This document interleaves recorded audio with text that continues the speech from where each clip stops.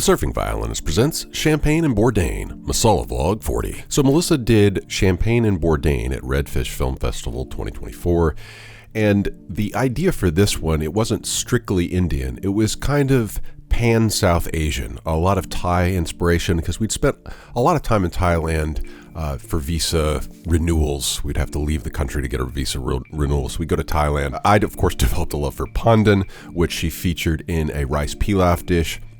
We stumbled on these little steamed corn cakes on the side of the road at like a little roadside market rest area by a gas station, and we all loved them. So Melissa was trying to research that in the lead up to it, and I think she really nailed it by the end. So here's some of the prep that went into dialing in the recipes used in Champagne and Bourdain. Sport my new do.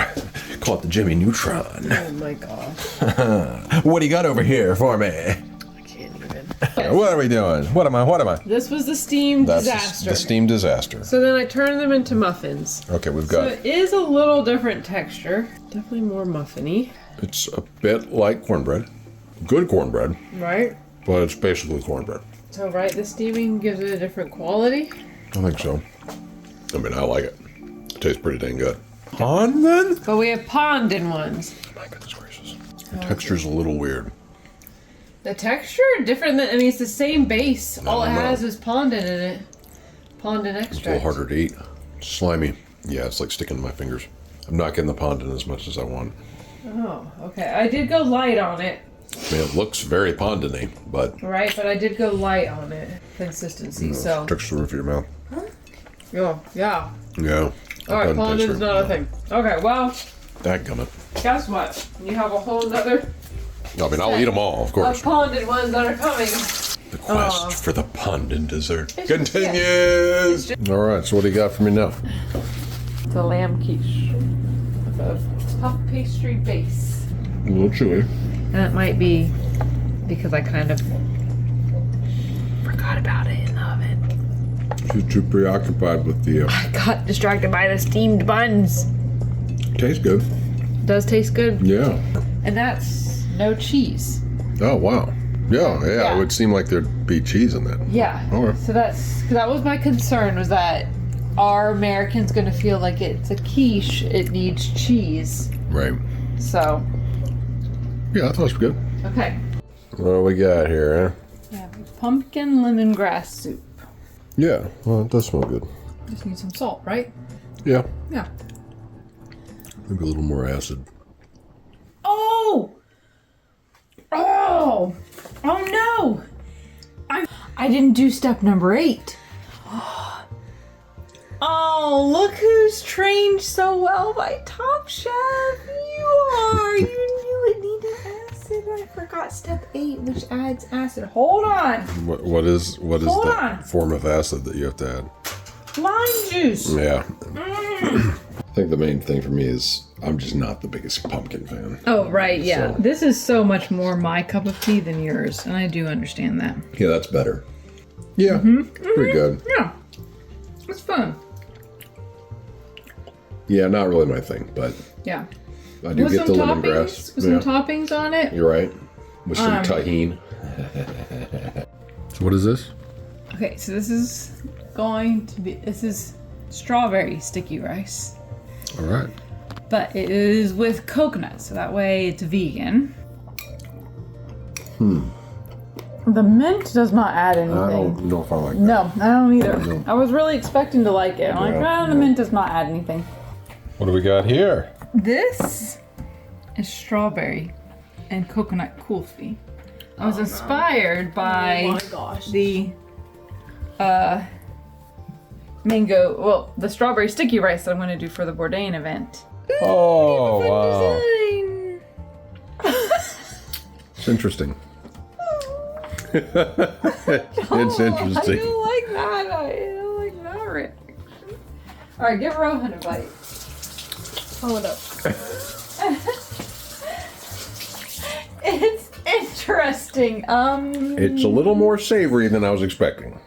Oh, okay. Well, I some texture.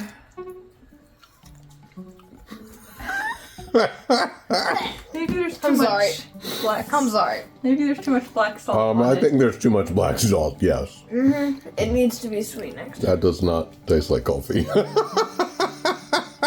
I'll see how you took more bites of that. Okay, Speaking. so what we've learned is don't put black salt Oh my as gosh. decoration on the kulfi is what we've learned. This is why you experiment. This is why you experiment, yes. So next time, just do the crunchy things and the sesame seeds. Yeah, but the coffee itself needs to be sweeter than this.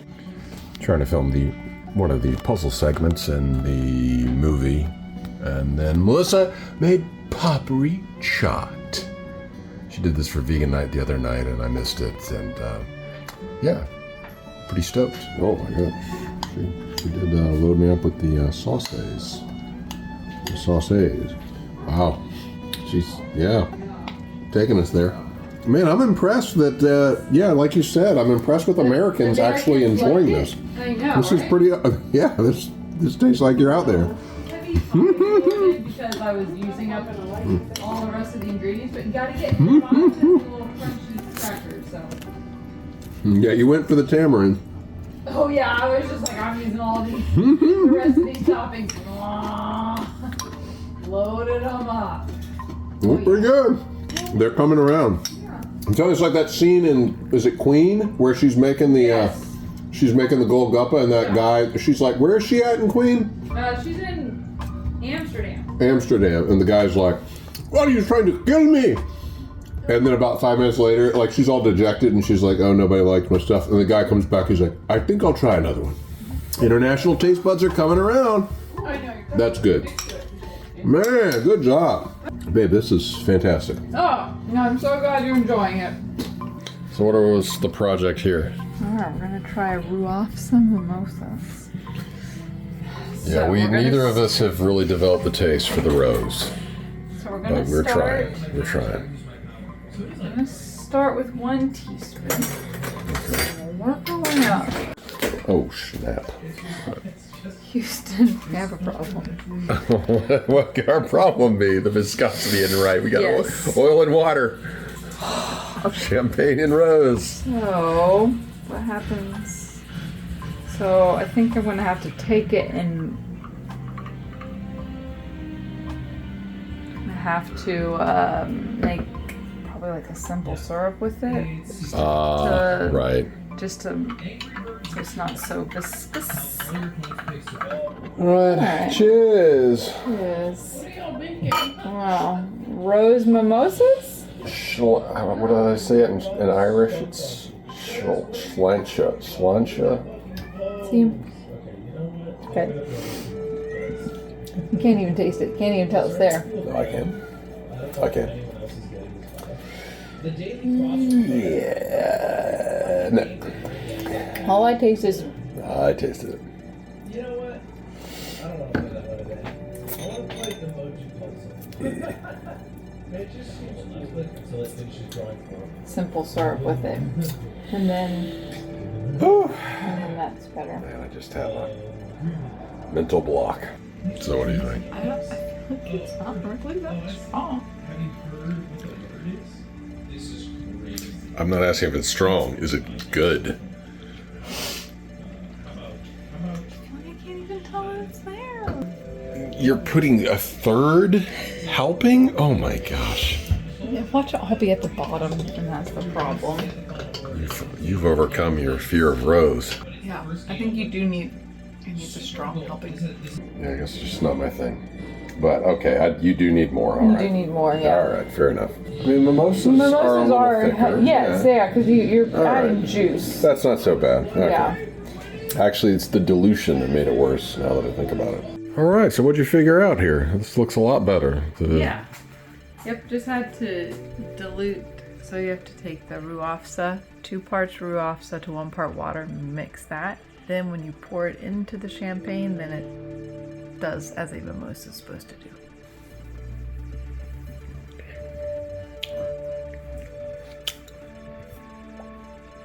By the time we got to the day of the event, Melissa really dialed in the recipe for the rose mimosas, and it fit the theme. They wanted to have, since it's redfish, a lot of red colors, not just in the decorations, but also in the food.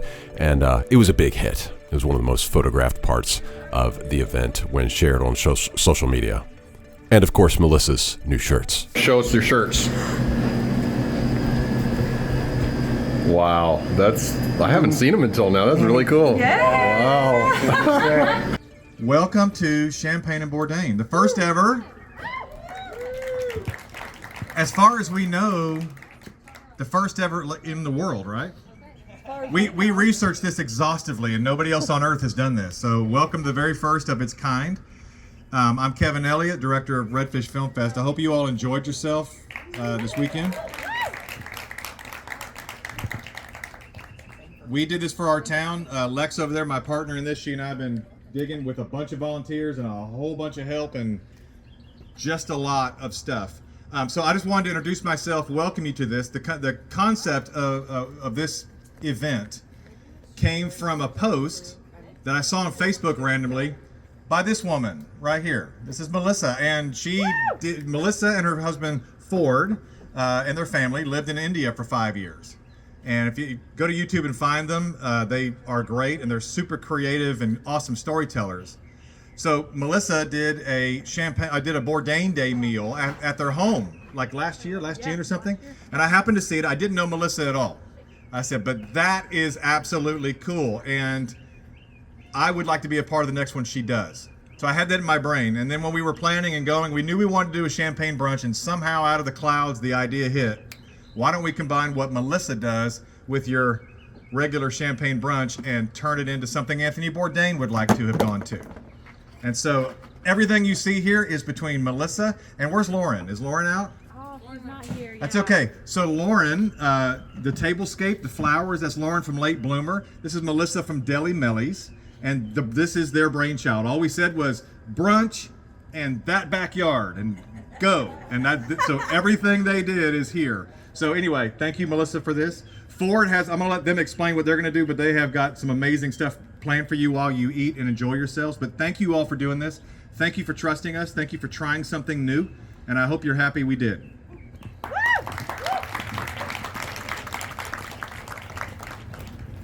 Thank you all for coming. I'm so happy to have you here. So many of us are here because we love Anthony Bourdain, and he continues to bring people together, and that is kind of the whole point of Bourdain Day. So his two close chef friends decided, you know what, we're going to remember him every year on his birthday, and so I started doing Bourdain Day. The first Bourdain Day was just Ford and I. The second Bourdain Day, I roped in Chef Forrest from Grits, and it was just her and her husband and us, and we hung out. And then the third year, I was like, you know what, let's go for it. So that was our very first Bourdain Day dinner. We did it. And Chef Forrest did it. Her and I partnered together 2 years, and then last year I did it on my own, and then this year I'm super happy to be able to do this Champagne and Bourdain event for Redfish Film Festival. So that's just kind of the history of it. Bourdain was super influential in Ford and I's lives, especially when we knew we were going to be moving overseas to India. You just can't beat his cross-cultural communication. He just goes in and he loves people and he honors the culture, and that really spoke to us. And when we lived 5 years in India, that's what we really strove to do as well. And so Bourdain really is special to us. I know he's special to you because you're here. So thank you all for coming. And we are going to go ahead and open the buffet. So the buffet is going to be through the hall and to the right in the side room. Please can continue enjoying mimosas.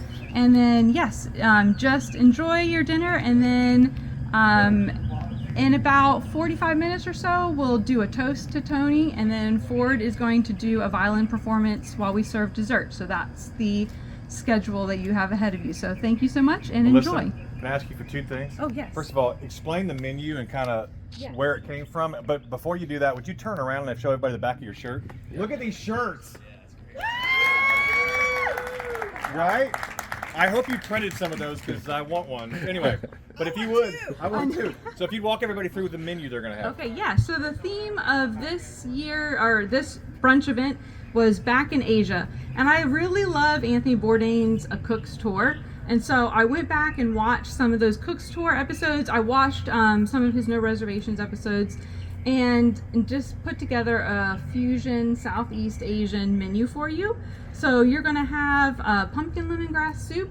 You're also going to have a vegetables in a coconut broth. So I've got a couple vegetarian options for you. I've got a couple non-veg options for you. We're going to do a coconut chicken and a rice pilaf, and there's also a lamb quiche. And so these are all inspired by different countries like Malaysia and Cambodia and India. And so I just hope that they really will speak to you and kind of take you there a little bit through the food. All right, thank you. We all felt that Champagne and Bourdain was a resounding success. To learn more about my contribution, I provided the soundtrack during the dessert. Check out the violin vlog. Get Lost Mega Mix. Violin vlog 40. Until next time, this is the Surfing Violinist and Deli Mellies, reminding you to keep it creative, keep it cross-cultural, and keep it constructive, YouTube. Thank you very much. To see these videos early, without ads, join the lineup here on YouTube. You just need a YouTube account, and for $1.99 a month, you click this little join button and sign up to get early and ad-free access to 4 monthly vlogs: the surf vlog, the violin vlog, the Masala vlog, and the family vlog. Thank you very much.